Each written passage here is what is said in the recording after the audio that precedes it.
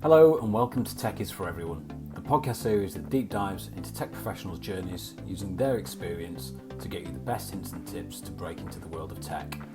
Just starting your career or looking to sidestep into a new industry or wanting to climb through the ranks, tune in and get ready to be inspired. Today I'm joined by Bianca, Spruit, leadership coach and trainer and founder of Spruit Coaching.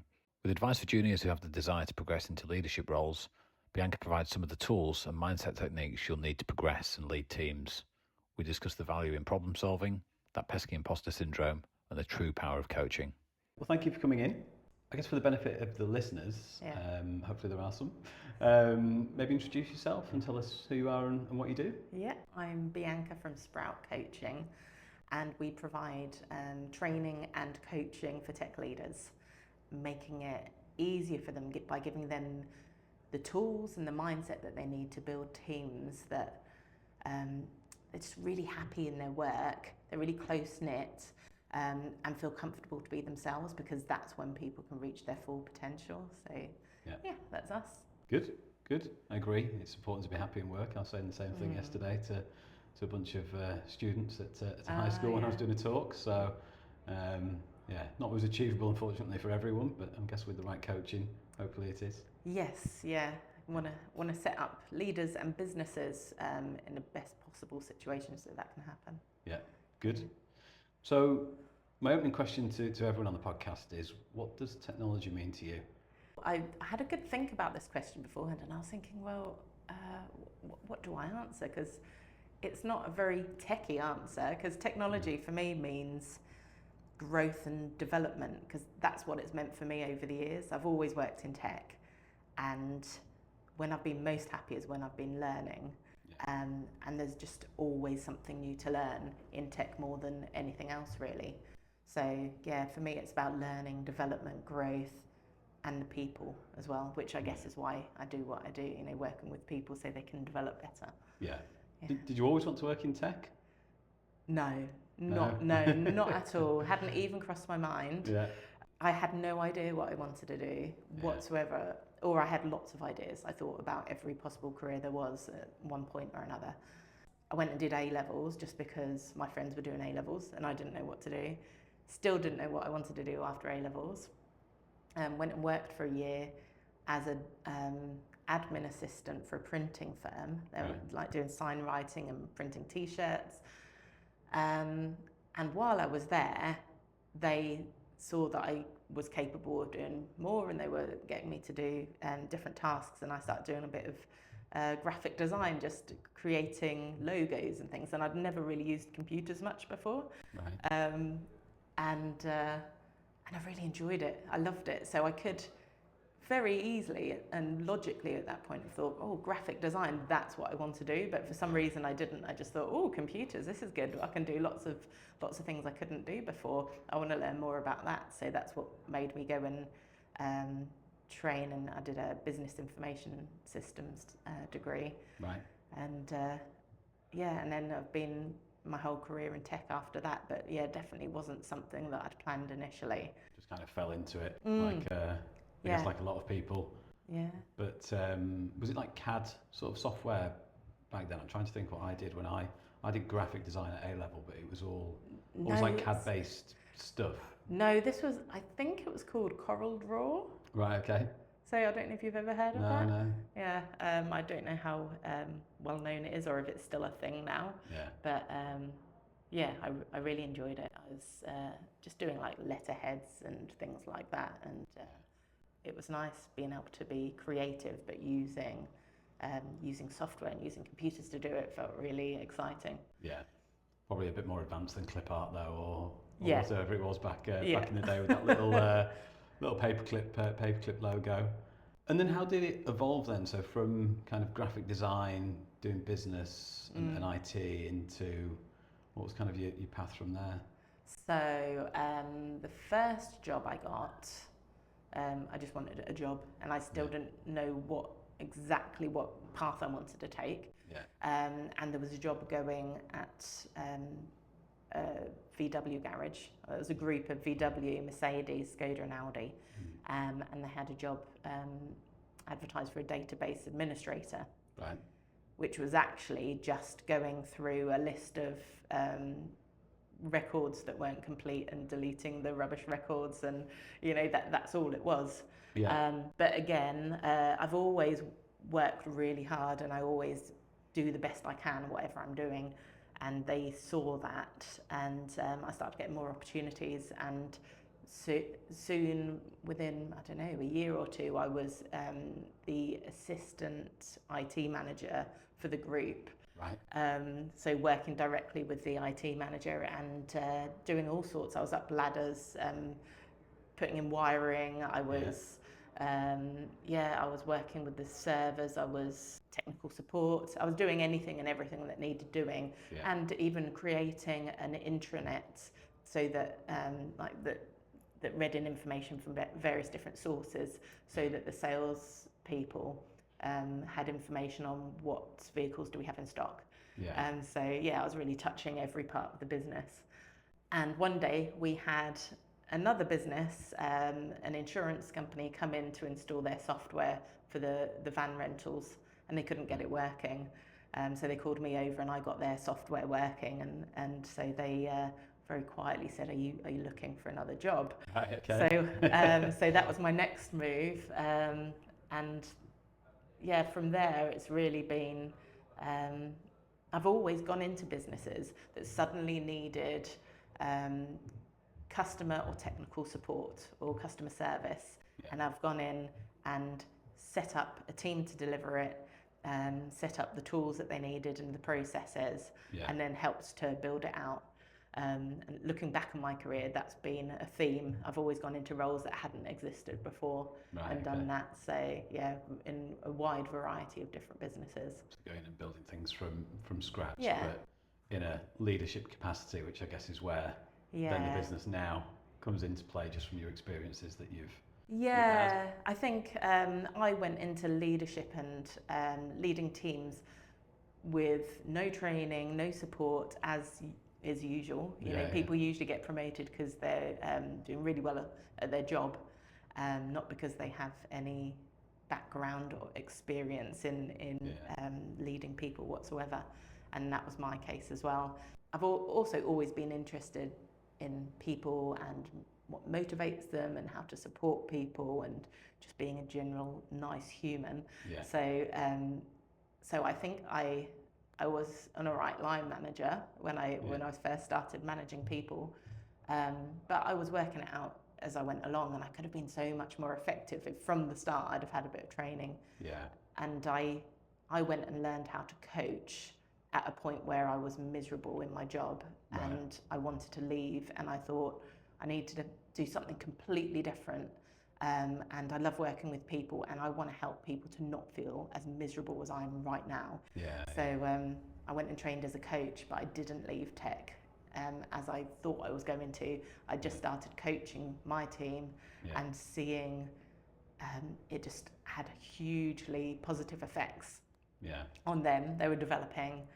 I didn't have to do as much because I was taking everything on myself before, and so it just worked for everyone. And I just fell in love with coaching. So I stayed in tech.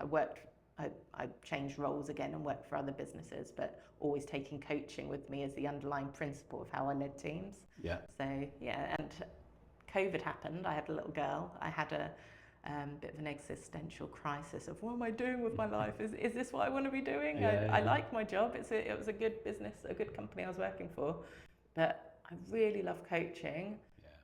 I'd like to explore that more, and that's what led me to start my own business. Having kids has that way of kind of sharpening the mind, doesn't it, in terms of actually what you want to do. I guess it's a time pressure thing maybe, because your day becomes not about yourself anymore. It becomes around someone else, and then they get to school age maybe, and it's kind of like, oh well, I've got this 5 or 6 hours. What can I fill my time with? I think it's partly that, and it's also thinking, I think you start to think more wider than just yourself, because suddenly you've got this little person, and you want a really great world for them to come into. You want really great workplaces for them to come into, and when you've seen what can happen when things aren't done very well, you think, well, I don't want my child to ever have to experience that. So I think that's part of it as well. Yeah, no, definitely. What's the one thing about some of the roles you've done that you didn't expect? That no one knows what they're doing. And we're all faking it until we make it. Yeah. I always looked at people who were, who I thought were above me, more senior than me in their roles, and thought, they're the grown-ups. They know what they're doing. It didn't matter what age I was. So I always felt like the person who didn't really know what they were doing, and everyone else did. And then through working with more and more people now and coaching, working with a lot of senior leaders as well, I realised that no, everyone feels how I always felt, that you're kind of guessing and making decisions, not really knowing if they're the right ones. And so I think that was the biggest shock, and really helped me with my confidence, because I realised, actually it's all right not to know everything. I did say this yesterday actually to the school kids. They were asking, what's the one piece of advice you could give and things like that, and I said, look, don't be afraid to make mistakes. Yes. Everyone, no matter what level of experience, age, makes mistakes. I said the key thing is to learn from them and then just try not to make them the same mistake again. Yeah. But you will make other mistakes, because that just happens, and try not beat yourself up too much as well when you do make one, because we're all that fake it till you make it is it's an off the cuff comment, isn't it? But we all kind of are. Yeah. Same with parenting. Kids look up to you and like, mummy and daddy know what's going on and everything else, but actually you don't. You're just trying to get them to bed, get them fed. yeah, absolutely. Yeah, there's a lot of similarities and parallels between leadership and parenting, actually. But and I think that's where us as leaders can do a better job quite often of being honest about where we've made mistakes. Yeah. And also letting our teams know that it's expected that they're going to make mistakes, and we're here to support them through that, and that through every mistake you learn and you move forward. So it's actually something you want. Every mistake you make will take you closer to the right answer, I guess. Yeah, good. Is there a common myth around your role, would you say? I think sometimes when people hear about coaching, they think it's something that's quite soft and fluffy, or it's just about supporting people's well-being, or and all of that is true, but it's also it creates problem solvers and innovators, and it helps you to get to where you want to go a lot faster than you would have done if you hadn't had the coaching. So it just accelerates progress and removes these blocks that we all have in our heads that kind of hold us back from reaching our full potential. So actually coaching is really powerful, and especially with leaders, because when you coach leaders, for everything you help them through, they are then going to perform better as a leader for all of their teams. So it has a really great knock-on effect as well. Yeah. So I think it's, people underestimate the power of coaching. Yeah. So you've done obviously a couple of different job roles in your time. You've already mentioned about sort of support and database stuff, and bits of intranet, I guess, like web design maybe. And now you're in coaching. But if you had to try another role that you've maybe not done before, what other sort of tech job would you like to try? I'd quite like to work with a sales team. So whether that's leading a sales team, I don't naturally find selling easy. I find it quite uncomfortable, actually. But the thing that makes it a lot easier for me is the deep listening skills and using coaching in it. So I would really like to work with sales teams to show a different way of selling. Yeah. Because if people in sales were really great at listening, then they're going to gather the requirements and what the potential client is going to really want, and not, because sometimes customers will say, we need this thing, well, this is definitely what we need, but actually they don't. They need something different. Yeah. And so being able to ask questions, the right kind of questions, and listen really deeply, it'd be much easier to get to, well, they say they want this, but actually this thing over here is going to serve them so much better. Yeah. So I'd quite like to work with sales teams in tech to take them through that. Yeah. It's that saying, isn't it? You've got 2 ears and 1 mouth for a reason. Yeah. So, yeah, active listening as well is quite a skill. I think if you can nail that, then I'm not saying that I know people that have, to be honest, but it is definitely definitely a skill set. It's a constant practice, I think, because a lot of the time we're listening and thinking, what am I going to say next? Yeah. So you're only kind of half listening. You're not totally with the other person. Yeah. You're planning ahead, or you're thinking about something else that you're still stressed about from before. So it's definitely a practice. Yeah. A little bit like a podcast when you're thinking, what question am I asking next? What's coming up? Yeah. Which is, what's the most important lesson that you've learned through your career? That you don't have to have all the answers. Yeah.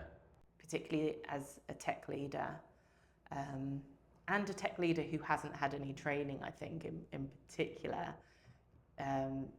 you have that imposter syndrome, you have that thing that we talked about earlier where you're looking at other people and thinking they've got it sorted, they know what they're doing.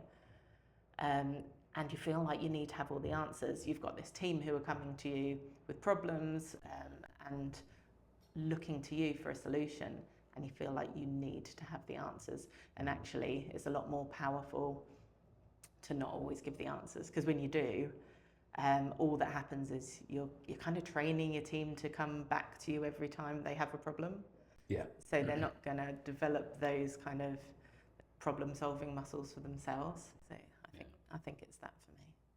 I remember one of the better managers that I've had in my career used to say something similar. It was, well, come back to me with 2 or 3 sort of ideas or what you think, and then we'll work through them together. Yeah. And it might be that actually you've not come up with any solutions yourself that work, but because you've gone and tried and done sort of 2 or 3 ways, at least you've had a go at trying to come up with a solution. Yeah, and you'll have learned a lot along the way of trying those things. Even if they haven't worked, you'll know, you're kind of giving yourself shortcuts for next time, because you've learned a lot along the way. Yeah.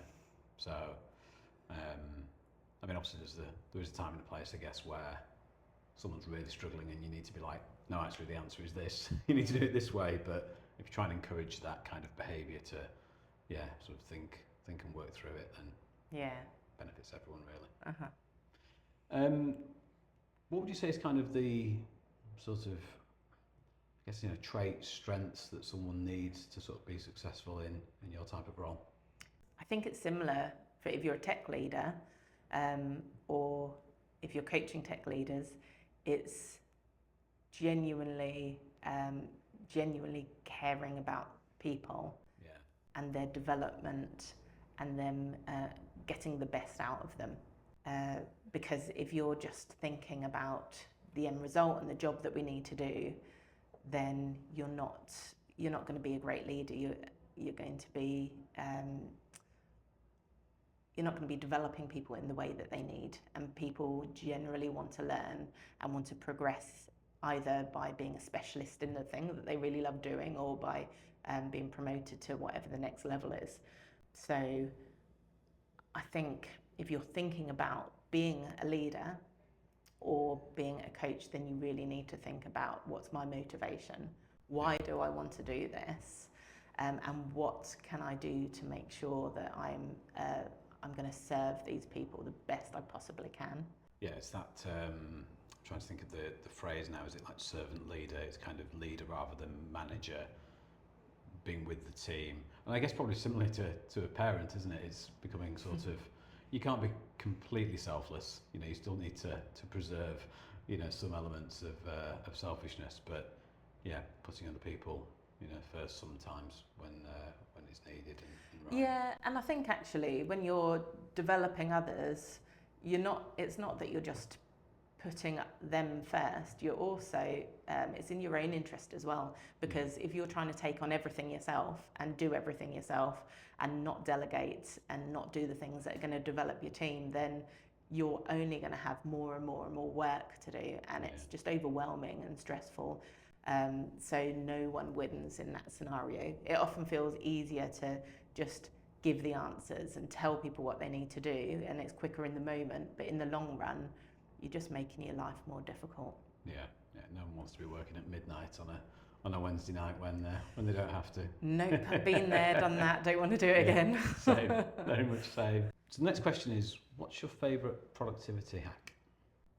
It's definitely got to be using coaching in delegation. Okay. So what I mean by that is, again, as a leader, not trying to take on everything yourself, and instead choosing wisely what you can delegate out, and choosing things that will slightly stretch a person beyond what they're capable of already, because then you're developing them. You don't have to do the task yourself. You're going to have to give them more support than the first a few times that they do it, but you're building capability within your team. So it's the reason it's my favorite productivity hack is because it doesn't just help that one time, you're then building a team who are capable of more in future. Yeah. So as time goes on, they can do more and more themselves, and you don't have as much on, so you can take on maybe the more strategic work. Yeah, I like that. I'll have to try and put that in place myself. Are there any kind of tools or technologies that you find are kind of underrated or indispensable to doing what you do? Yeah, this is probably a bit of a different answer than you might usually get, but I think the most underrated tools that we all have are our ears. Yeah, no, that's a good one. Yeah, because we talked already about deep listening. Yeah. And if you're not properly listening to the person on the other side of the desk, then you're going to miss out things like with customers, you're going to miss out on things that they're not really happy with. They might not tell you directly, but they might be skirting around it a bit. And if you're really listening, then you'll pick up on these things. Yeah. Or people who you're managing or leading, having one-to-ones and really listening to what they have to say. Yeah. So that you're listening to understand them better, rather than listening to solve their problem, or listening just so you can tick the box and say, right, I've done that, let's move on to the next thing. So you can lead people better, you can serve your customers better, and just team dynamics in general just work a lot smoother, and people feel more valued because they matter enough for you to pay attention to what they're saying. Yeah. So that's it. I like that because it's it's something that everyone has as well. You don't need to have the fanciest laptop in the world to download a piece of software or something specific or learn how to do it. It's a very simple yet effective tool that everyone has. So I like that. What's the one piece of advice that you would give to someone starting out in a tech career? So if it was someone going into tech leadership, I would say before you go into those kind of roles, find out what they mean. What do they really involve? Because I think we're often not clear enough as senior leaders for people who are, when we're offering promotions or thinking about people moving up, we're not clear enough about what that really means. Because you might have a dev who loves sitting there and coding, it's their passion, they're really into it, get lost in it. But if you're only offering them, say, a progression path of moving into management, then they're going to take it and often assume that they can still keep doing the stuff they love, still sit there coding, and then there's a bit of kind of approving holidays and things like that on the side, not realizing actually that is a very big job. The actually motivating, inspiring, working with your team, when done well, that takes a lot more time than you probably realize when you haven't done that kind of role before. I would say ask lots of questions to find out what does What does people management, what does leadership look like in this company? Yeah. Because even if you have done it before, it could look different where you're working now. Yeah. If you're thinking about coaching or working in some kind of a supportive role like that for tech businesses, I would definitely say be ready to pivot. Yeah, okay. Because when I started my business, I've been coaching for years, so I know how powerful it is. I thought my main job was going to be supporting people with coaching. And then through coaching lots of different leaders and listening deeply to what they were saying and the problems they were coming up with, I realised actually a lot of what you're saying could be solved if you just had a few different skills that you might not have been taught before. So that's why I created this coaching and training program, because it helps to teach those skills as well as provide coaching and giving them coaching practice as well, so they can coach their teams. Yeah. So it's not what I thought I was going to be doing. I thought I was going to be having kind of one-on-one conversations or maybe some group coaching to get to a certain goal, or running workshops to bring teams closer together, and all of that stuff. I am doing that, but actually the main thing I'm doing now is delivering a combination of training and coaching, which was totally not my radar, and that only came from listening properly to what people were saying and what the challenges they were having, and then looking at, I might have thought I was going to be coaching all the time, but is that the best thing to address the need, or can I serve people even better in a different way? Yeah, as you'll know, obviously been a startup business ourselves, being able to be, agile, flexible, and pivoting when needed is definitely important. Yeah. Definitely. So finally, what's the one question that you wish I'd have asked you, and then how would you have answered? I think it would be something like, what is the one key thing I would like tech leaders to be doing that would really make the biggest difference to how they lead? Okay. And my answer would be to think about how they lead, right, to reflect on it, because I think we're so busy, particularly in tech, things are moving so fast all the time, having to pivot all the time. Yeah. And often we haven't had the training or support to know how to lead well. And so you just kind of fall into a default of what's quickest and what feels right, and don't really don't reflect on, is this actually working? Yeah. What could I do better? So I think just building in, even if you don't have much time, which most people don't have spare time in their roles, but even if it's just like 10, 15 minutes a week to say, okay, well, what's working in the way that I'm leading my team? What's happened this week, and what worked and what didn't work? What do I need to change? Just those simple couple of questions can really give you a new way of thinking and really help to improve your leadership and improve the experience for your team as well. Yeah, I think that would be it. Yeah, I go through periods where I run a lot and then I won't run at all for quite some time, but even just getting out for that 10-15 minutes and doing what you said, but doing it during a walk, just having that time away from your laptop, your phone, everything else, to just digest things. And actually, there's obviously loads of proven science to, exercise being a good thing for clearing the mind and things like that, but actually doing that thinking, like you've said, for 10-15 minutes and reflecting, but doing it away from, I guess, the distraction of the laptop, or your Slack message has gone off, or your notification's gone off, or whatever. It's quite a good way to do it as well.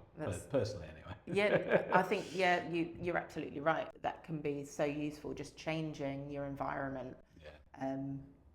You unlock different ways of thinking and different perspectives that you wouldn't have had before, and suddenly you'll get ideas.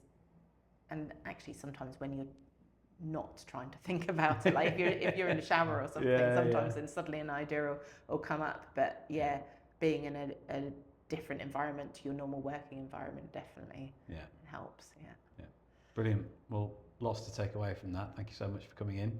Thank you. I've really enjoyed it. Thank you for listening to Tech is for Everyone. If you're looking to start your career in tech or want to know more about how our academy can help grow and diversify your teams, then find us on LinkedIn, Instagram, or via the Qualcomm Tech Academy website. Links can be found in the description. Look forward to having you join us on the next episode.